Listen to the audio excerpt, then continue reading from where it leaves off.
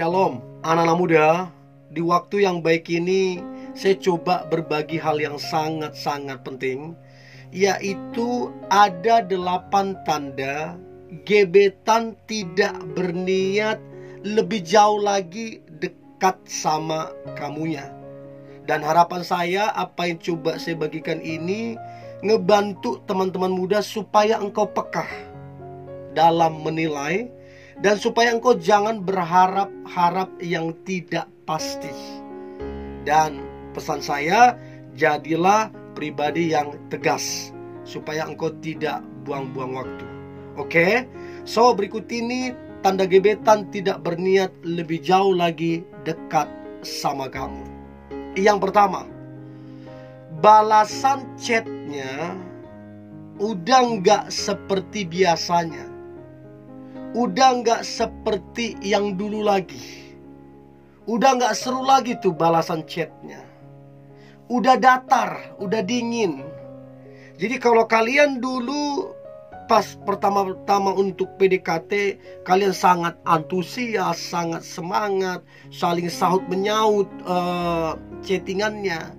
Nah sekarang udah beda. Dia udah dingin, dia udah datar. Bahkan dia juga ngebalas seadanya. Dia cuman balas bilang oke, cuman oka.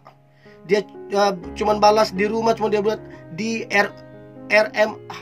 Cuman gitu doang. Udah nggak seru. Mau bilang enggak, cuman GA. Pokoknya sesingkat-singkatnya dia balas. Pokoknya istilahnya setiap kali kamu ngechat langsung dia cut. Artinya nggak ada lagi balas berbalasan. Nah ini tandanya bahwa dia udah nggak mau lebih jauh lagi untuk dekat sama kamunya. Nah bagaimana kalau teman-teman sedang alami ini? Maka pesan saya, ya udahlah. Ngapain berharap terhadap orang yang nggak ada rasa? Ingat, cinta itu nggak bisa dipaksakan. Kalau toh juga nanti dia jodohmu, ya nggak akan kemana kok. So, kalau di modelnya begitu, ya say goodbye lah. Ya, itu yang pertama.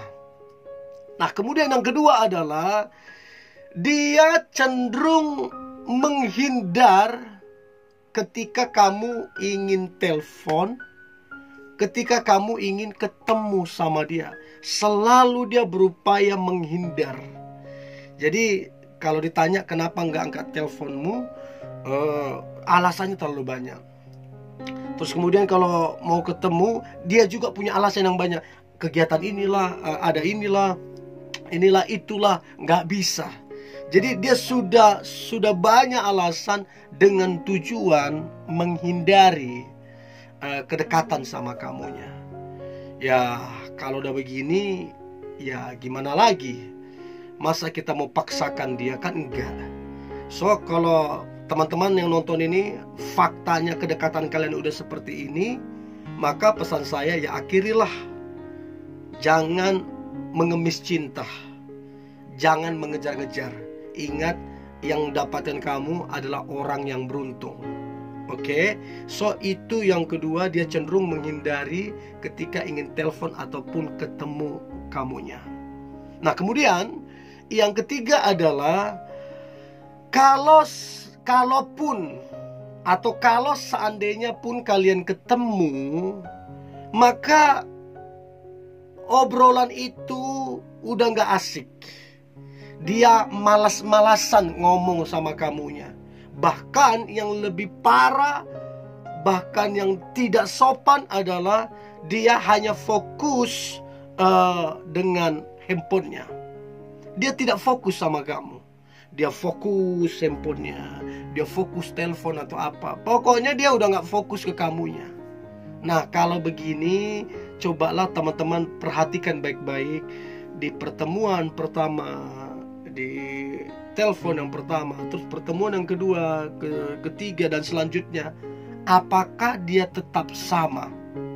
Nah kalau dia tetap sama, maka tegaslah, sampaikan ke dia, sebenarnya bagaimana perasaanmu? Apakah sudah berubah? Tanyakan aja langsung, is okay. supaya kamu jangan bimbang, jangan praduga-praduga, dan jangan kecewa gitu loh. Ya, so itu yang ketiga. Nah, kemudian yang keempat adalah dia menerima atau tidak jadi masalah ketika ada perempuan lain yang juga ingin dekat sama dia. Artinya gini, kalian nih lagi dekat, ya statusnya sih belum pacaran, kalian udah dekat, tapi istilahnya udah klik tuh kamu sama dia, dan awal-awalnya juga dia udah klik. Tapi makin kesini dia udah menerima perempuan untuk dekat sama dia, sama seperti kamunya. Nah, ini tanda dia sudah gak tertarik sama kamunya. Ini tanda bahwa fokusnya berubah dari kamu berubah ke orang lain. Nah, daripada kamu sakit hati, marah, kesal segala macam, ya tegas saja supaya kamu jangan dirugikan. Oke?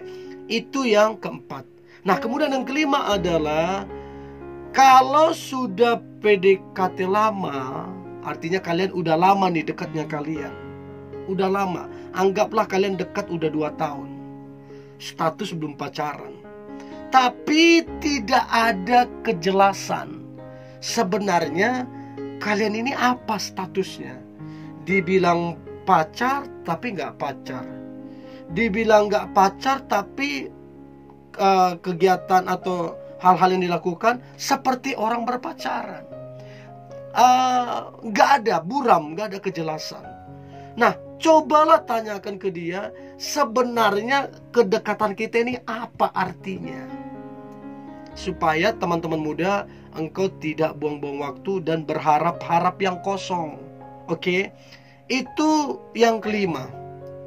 Nah, kemudian yang keenam adalah dia sekarang sudah sangat-sangat lambat membalas chat ataupun telepon.